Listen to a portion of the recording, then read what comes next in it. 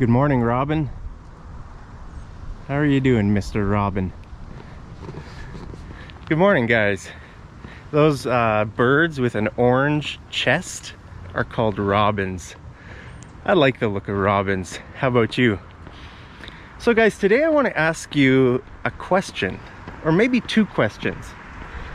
How good does your English need to be for you to be successful in life? And maybe a wider question, how do you measure success? You know, when you see somebody, how do you evaluate their level of success? You know, is it based on money? Is it based on things like, you know, a nice house? Like if you knew a person with, like, I don't know, that house, would you think they're successful? Let me know in the comments, how do you measure success? So today I want to talk about a friend that I had in high school. He was a great guy. It was a really nice guy. But he wasn't, how should we put it, academically gifted. Let's put it that way. Let's put it that way. Or how should we put it? Do you know what that means? Put it means say it. Okay, so if you're thinking about how to say something, maybe you're thinking about which words to use or what your tone of voice, right, should be. You can say, how should we put it? Or how should I put it? So I was thinking about my friend. Now, my friend in high school was terrible at school. He failed many of his subjects. He barely passed high school. Okay, so he did pass high school, but barely. Okay, so now I'm thinking about my friend. I want to say something bad, that he was a bad student, right? But I like him, and I want to choose my words and say it in the nicest possible way. Okay, so I'm thinking, how should I put it? Let's say it this way, or let's put it this way. He wasn't the most academically gifted. Okay, I'm using some special words to kind of soften the criticism, right? Or another example, I could say, you know, Canadian winters are, how should I put it? They're not the nicest. I could say that, right? If I want to say some really bad stuff about Canadian winters, I could say, they're not the nicest. Let's put it that way. Okay, let's put it that way. That means I'm saying that little phrase after I chose my words.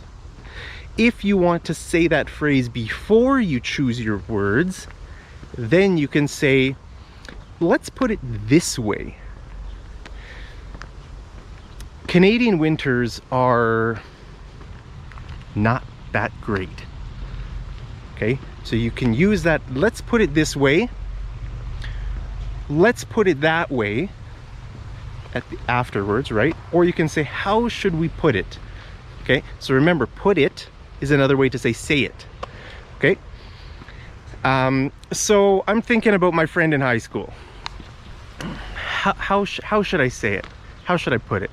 He wasn't the best academically, or he wasn't the most gifted academically. That's a nice way to say that he was a bad student. He got bad grades, and you know, I remember one time we were guys, look at these nice berries. Oh, hey there, Mr. Sparrow. Some sparrows in this bush, guys. Oh, there's a lot of birds around here, actually. You can hear them, right? These ones are all sparrows over here, except there's a seagull. I think that's or I don't know. There's some just nice birds here, guys. Anyway, these are sparrows. Over there was the Mr. Robin, right? But look at these nice berries. Aren't they awesome? cool, like, I wonder, I don't know what kind of berries those are. I'm not a botanist. A botanist is a person who studies plants, right? Yeah, a botanist is a person who studies plants. So I remember one day in high school, we were reading something. We were doing popcorn reading. Do you know what popcorn reading is? It's when the whole class is reading something together, a passage. One person reads maybe a paragraph or a page, and then another person reads a bit, and then another person reads a bit. That's called popcorn reading, okay? So the whole class, people take turns reading a passage. And we were reading something, I can't remember what we were reading. And, and so my friend starts reading. He was such a bad reader. And he gets to the word, guys, I'll just go down to the water here and let this person with their dog past. You can see the person behind me with their dog. Look at that nice water here, guys. All right, so guys, we were doing a popcorn reading, and he comes across the word salmon, and he says, he said salmon. He's reading it, and he read salmon. He said, what the heck is a salmon? Everybody in the class started laughing. They broke out laughing when he said that, because he's reading, and suddenly he says, what the heck is a salmon? He didn't know how to read the word salmon, and that's a fairly common word. It's weird, you know, English spelling is weird, but this was in grade 12 English class. You know, usually kids would learn that word salmon, how to read that word, when they were like maybe in elementary school. You'd learn how to read that word when you're maybe like in grade 5 or 6 at least, probably, you know. And so he should know that, right? The word salmon. But he didn't know how to read the word salmon. And so he says, what the heck is a salmon? And he didn't know what he was reading. He didn't understand what he was reading. So the whole class was laughing at him. And but anyway, I was thinking about that today, and I thought, he really wasn't a very good student. I mean, he wasn't smart academically, you know. But you know what the funny thing is?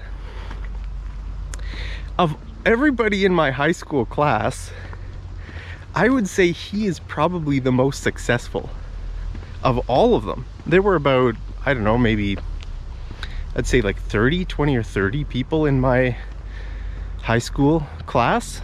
And I would say that, you know, it's weird because the most success, the people who were the most like academically gifted, they've dropped off the map. If someone drops off the map, it means they're just like they're kind of nobodies. They didn't achieve anything great. They didn't go on to do any great things, but they were really popular in high school. They were very academically gifted, and their life is useless. They're living a useless life now. No success. I wouldn't describe them as successful. I would say I'm more successful in life than most of those popular people.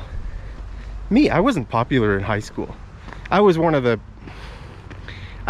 lower rung people. You know, the good-looking girls in high school, they never paid attention to me. It was the sports guys, you know. If guys are athletic, if they're into sports, man, those girls just love those like hockey players and basketball players. I'm not very good at sports, so I didn't get much attention when I was in high school, but those guys did. And now those guys are like, what have they done with their life? What I don't know.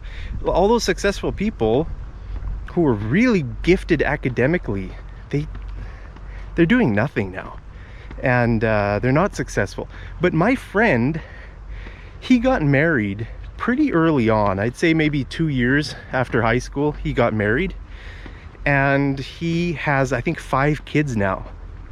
It's a lot. It's at least four or 5 kids. And he worked hard. He's a hard worker. He's a really nice guy. And he so guys, this pathway's closed here. I wonder why that path is closed. It says path closed ahead. Why? Anyway, let's go across the bridge over here. We'll go on that side of the canal, unless that side's closed too, but I don't know. Let's figure it out. So my friend, he after high school, he worked really hard. He worked different jobs, like manual labor jobs, like painting and this and that. I don't know. He worked hard. He worked, I think, like just hours and hours. Like, you know, he probably put in like 16-hour days. His life was just work and sleep. He would travel. He was in, I think, northern Alberta for a while, and then I think northern BC. A lot of people who work that type of job. What does this sign say, guys? Programmable fixed decorative lighting. It's an advertisement for something. Do you want programmable fixed decorative lighting? I don't even know what that means. Anyway, guys, someone's coming up behind me. Better walk fast. So anyway, so this, my friend, he worked really hard. A lot of people who work these type of jobs up in like northern Alberta or BC, they, you know, they just work. It's all they do is work. There's nothing up there for them to do. Like, you know, you're in a, maybe working in a very small area, a small little town up in way up north. Maybe you're doing like oil and gas type of work, or you're doing some kind of like lifting or just physical like labor type of work. And so he didn't get like a nice white collar job or anything. White collar means a professional. You know, this is your collar. If you have a nice white collar job, that means you're like a professional, like maybe a banker or a lawyer or a doctor. If you're a blue collar worker, you're just an average person, maybe a painter or a plumber or something. So he was just a blue collar worker the whole time. He still is, but he I would say he was really successful. Not because he made a lot of money. I mean, he did work hard. I think he did make a lot of money, because I don't think his wife has a job. His wife is a mom. I think a full-time mom. And so imagine being a father of 5 kids here in Canada. To how much money would you need to make to raise 5 kids? That's all. You'd have to be making at least 100 grand a year, I would say. Because imagine for 5 people in your country, to raise a family of 5 people, how much money would you need? I would say here in Canada, you're going to need 100,000 income per year. Like, if you think about just food, how much food is a family of 5 going to eat? You're probably going to spend like 2,000 a month on food. 2,000 bucks. Dollars. Bucks is an informal way to say dollars, right? You're going to need 2,000 bucks a month. And then if you have a house, like a 3-4 bedroom house, that's going to be another $2,000 a month at least for your mortgage payment. So yeah, that's already 50 grand right there, just for food and live and housing. It's going to cost you $50,000 a year. And then let's say your car, let's say you need 2 cars to drive around your family and work and stuff. That's going to be another 20 grand right there. Grand means 1,000. Okay, there's different ways to say 1,000. You can say K or G. 20G, 20K, 20 grand, 20,000. They all mean the same thing. Okay, So you're gonna need 20,000 for 2 vehicles a year, probably. That takes it up to 70,000, right? So now we have food, housing, and vehicle. Now, what about other things? What about your kids' dentist bills, eye appointments, medicine, doing stuff, maybe school fees, or, you know, I don't know. There's so many different expenses, right?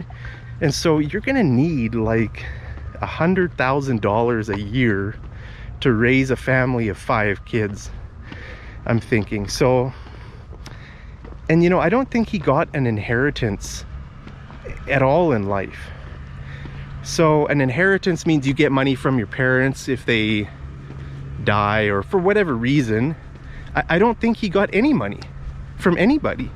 He just worked really, really hard his whole life. And I mean, he would be in his mid-30s, and now mid to late 30s. So for the past like 17, 18, 19 years, he's just been, he's a really good family man. I think he's a good father, a good husband. He's a really humble guy. And guys, let's cross this bridge here. Wonder why that path was closed over there. Oh. Anyway, guys, so I view him as successful. How about you? You know, he's probably not the richest person in my high school class. I don't know who would be the richest, but he's probably not the richest. But he's a father of like 5 kids, and he's made it work. Like, he has a life. He's got a nice life for himself. You know, that is really successful. That's incredible, actually. So how do you view success? Would you view my friend as successful? And his English is terrible. He only speaks one language, and that is English. And he can't even speak English right. He can't even read like grade 5 level English. Salmon. Right? He doesn't know how to read the word salmon. Salmon. Right? So guys, wow, look at this view. Isn't that nice? That is beautiful. Man, imagine owning a house like this. Maybe that would be success. If I own a nice house like that, I would be successful then. It's gonna be a long time before I can afford a house like one of these big ones, guys. These are probably $1 million, I'm thinking. I don't know. I haven't even checked. I'll have to save up for a while. But maybe one day I can have a big house like this. So, do you need good English to be successful in life?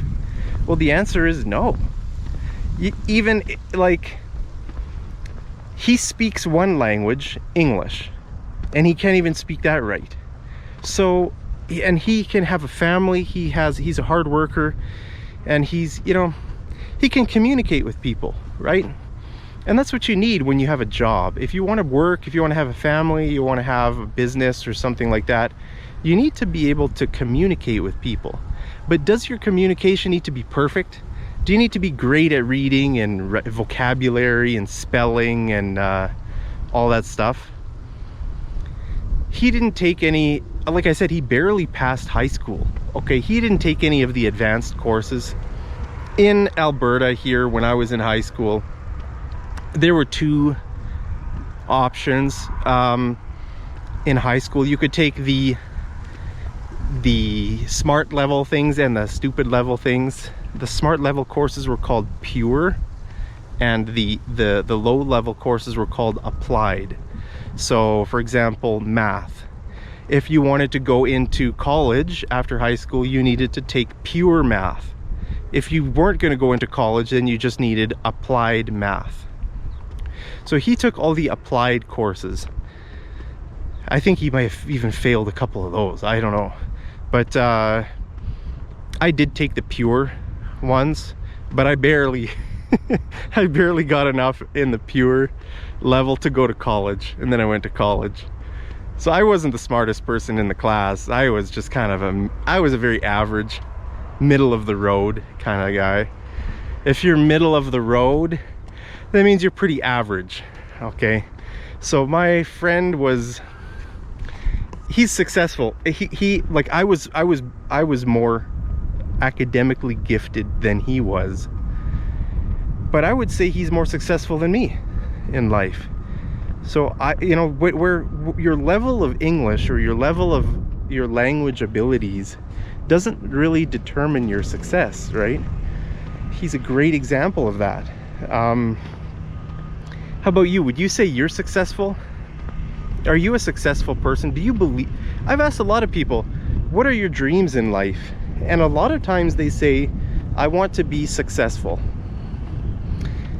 And it feels nice if a person is successful, you know. It's to feel like you have a little bit of something.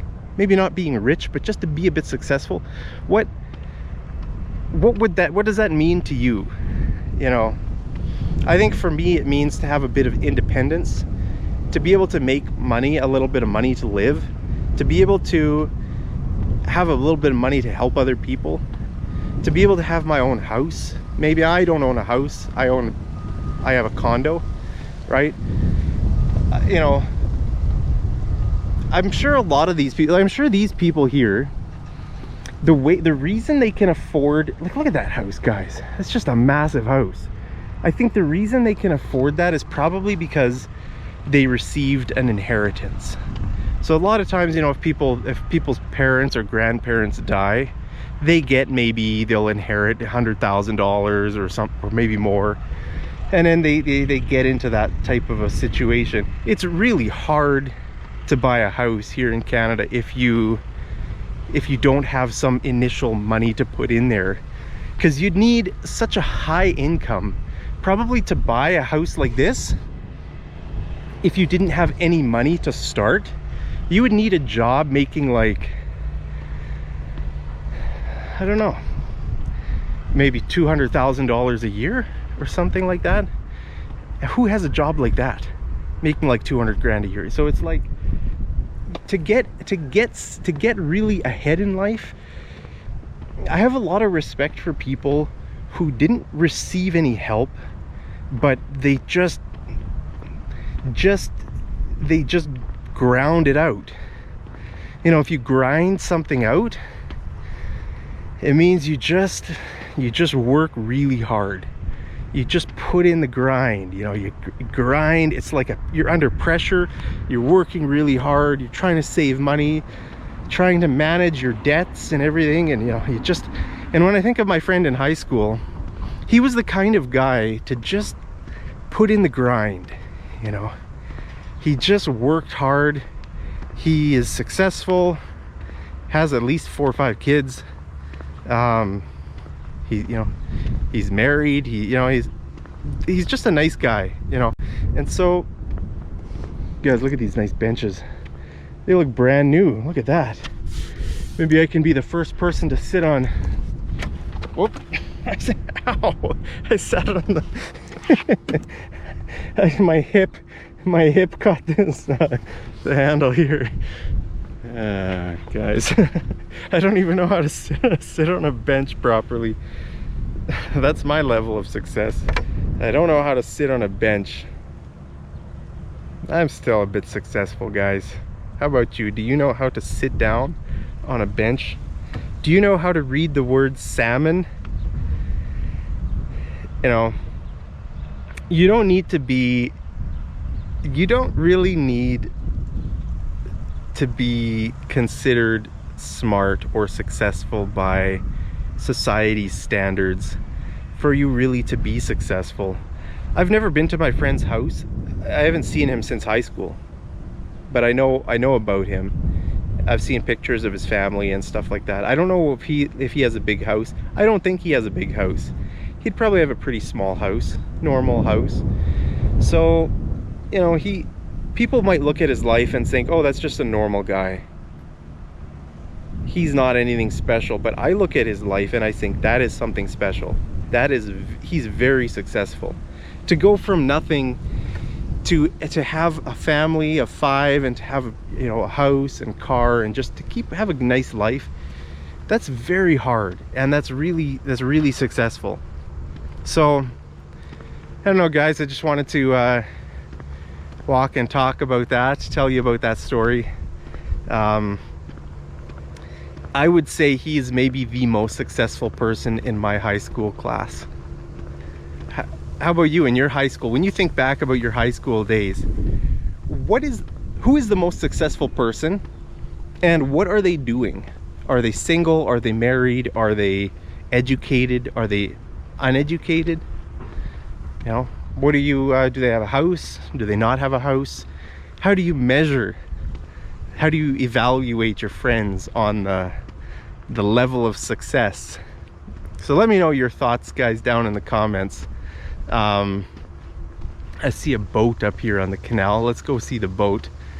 I'll teach you another English word for this kind of a boat. But actually, people make a mistake when English speakers make a lot of mistakes, guys, when they speak English. That's what I've noticed quite a bit. So if you make mistakes as an English learner, don't sweat it. Don't sweat it means don't worry about it. It's not a big deal. Okay, so the mistake, can you see this boat here? This kind of boat is called a pedal boat because you pedal. It has like bike pedals, right? Like you pedal a bike, you also pedal a boat, right? Look at that thing there, right? So those things are the pedals. You sit in there for like 2 people, you sit in there, you pedal and you go, right? It's called a pedal boat, but a lot of even native English speakers make the mistake and they call it a paddle boat. Paddle boat. Well, that's a different idea. Paddle is something you use to, it's also a boat thing. So I guess it makes sense for people to confuse this in their mind. If you have a paddle, you use a different kind of, that's a different kind of boat, like maybe a canoe. You're in a canoe. Well, that's not a canoe. There's no paddles. They're pedals, not paddles. Can you hear the difference? Pedal, paddle. Different vowel sound right there, right? So guys, let me know your thoughts on this. Sometimes I like to just walk and talk with you, you know, hear what you guys have to say. You know, like my opinion is that money doesn't make people successful. It's, or your level of education or your knowledge. It's kind of a whole package together, right? If someone can have a family, let's say, have a bunch of kids, maybe do some help other people, they kind of have a nice life, they can do some fun things, right? That's more successful than a person who is super educated, has like a PhD. I've met a lot of people in my life with PhDs, and I don't think they're very smart.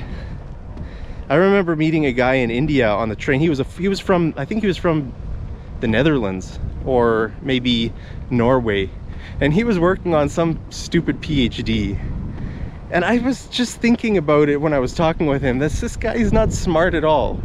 He almost has a PhD and he's a complete idiot.